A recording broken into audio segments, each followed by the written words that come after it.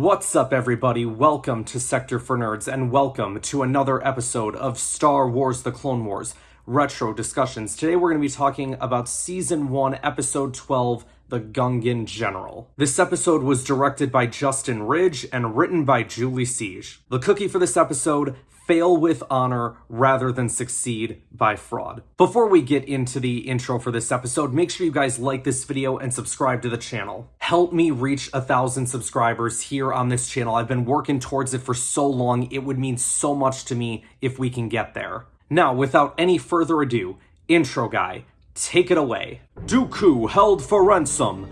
After escaping capture by Jedi Knights Anakin Skywalker and Obi-Wan Kenobi, the villainous Count Dooku fell into the clutches of pirates led by the brigand Hondo Ohnaka.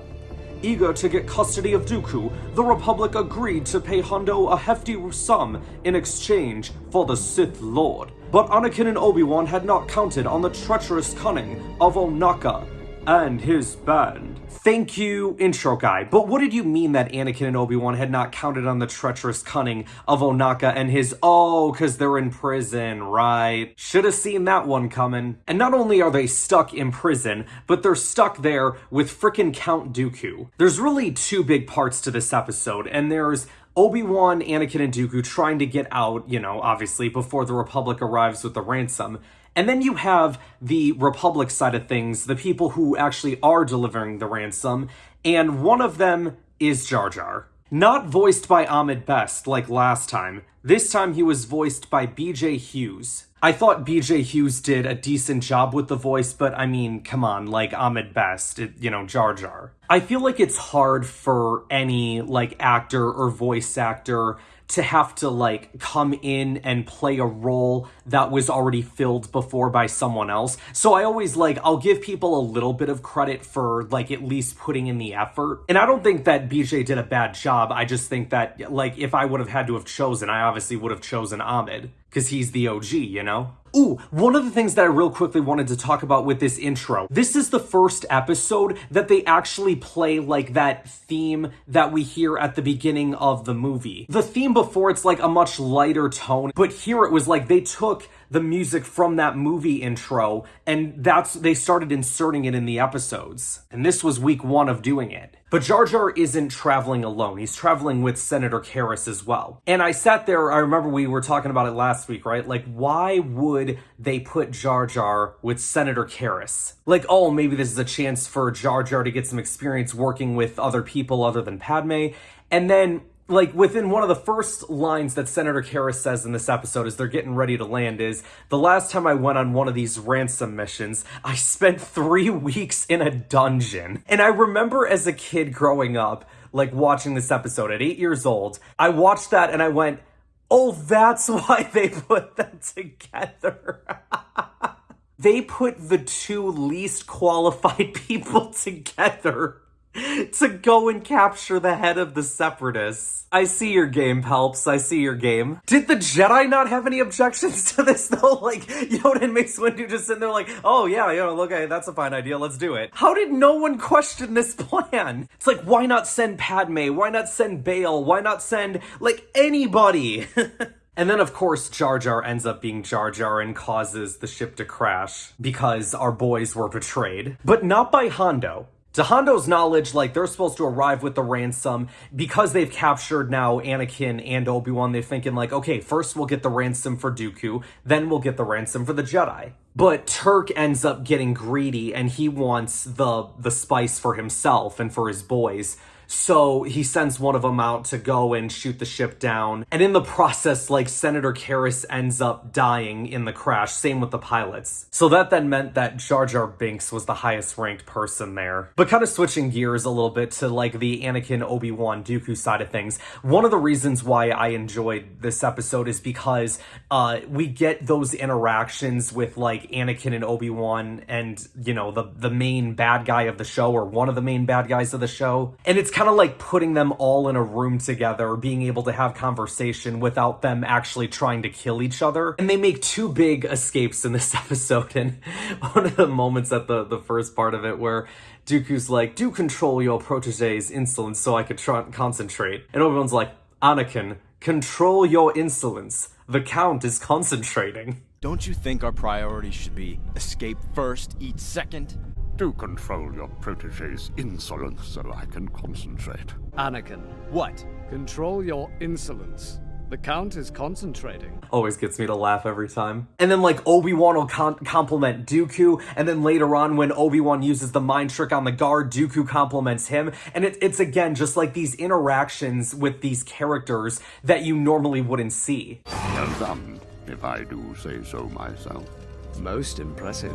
You want to deactivate the cell bars and go out drinking. I want to deactivate the cell bars and go out drinking. Not bad. Oh yes, most impressive, Master Kenobi. Or even them just getting on each other's nerves. You should be more patient, Master. After all, the Count is an elderly gentleman and doesn't move like he used to.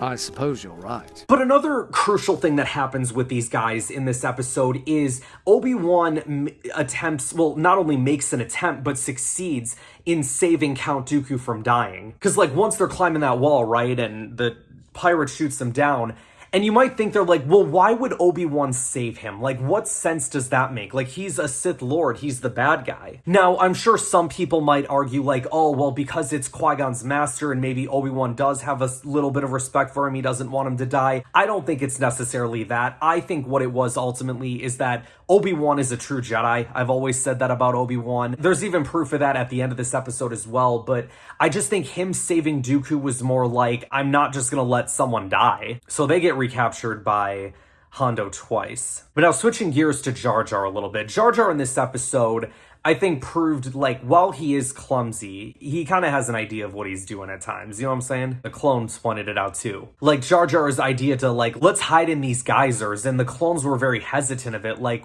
we're not gonna last long down here. But Jar Jar pointed out, as long as the beasts are standing nearby, or as he called them, beasties, I can't remember if I wrote down the name for these creatures, Scalders, that's what they're called. They like to sit by the geysers, and Jar Jar noticed this, but they also know, like, when the geysers are going to go off to get away. And that's not something that the clones would have picked up on. As long as those beasties are up there, we're safe.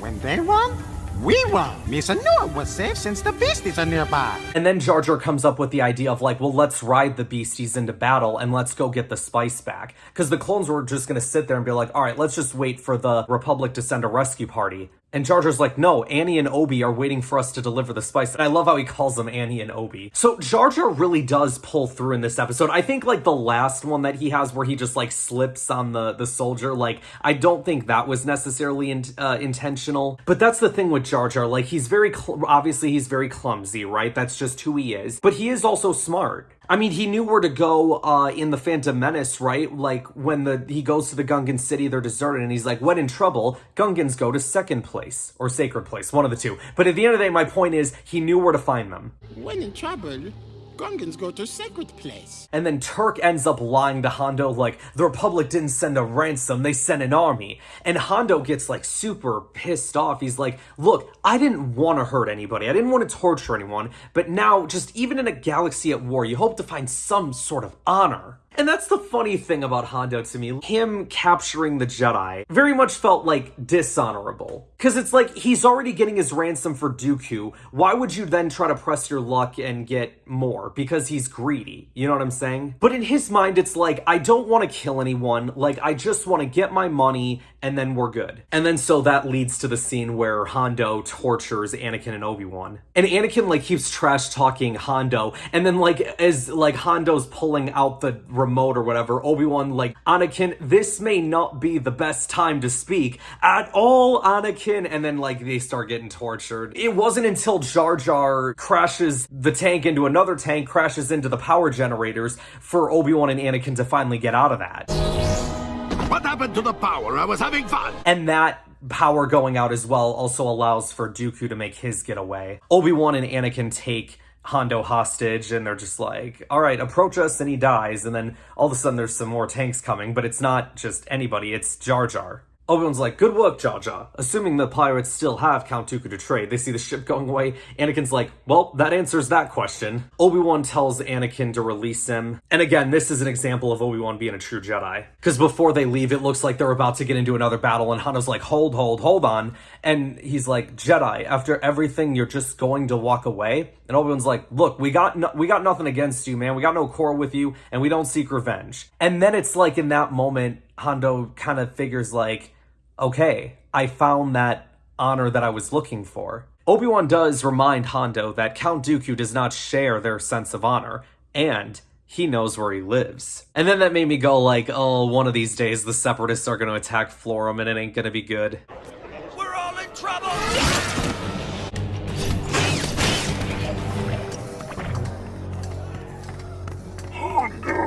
So yeah, this was a good episode. I wouldn't necessarily say that it's one of my favorites, probably more so towards the bottom of my list so far of the episodes that we watched. But I mean, it told the story that it needed to tell. It gave us more of Anakin and Obi-Wan working together. It gave a bit more shine to Dooku. It introduced us to a new character in Hondo Ohnaka. And like I said last week, you guys, it's not until later on in the Clone Wars where I go like, okay, Hondo's like one of the best characters in this show. Just because I think as time goes on, he gets funnier and funnier. Like, he was still funny in these 2 episodes, but like, trust me, it gets better. So yeah, you guys, I think that's all I've got to say about this week's episode. Let me know in the comments below what you guys thought about it. Did you like it? Did you not like it? Next week, we are going to be talking about Season 1, Episode 13, Jedi Crash. Very, very excited to be talking about that episode next week, you guys. So make sure you guys are staying tuned. Like this video, subscribe to the channel, share this video with others to help support the channel, and I will see you guys next time. What happened to the power? I was having fun.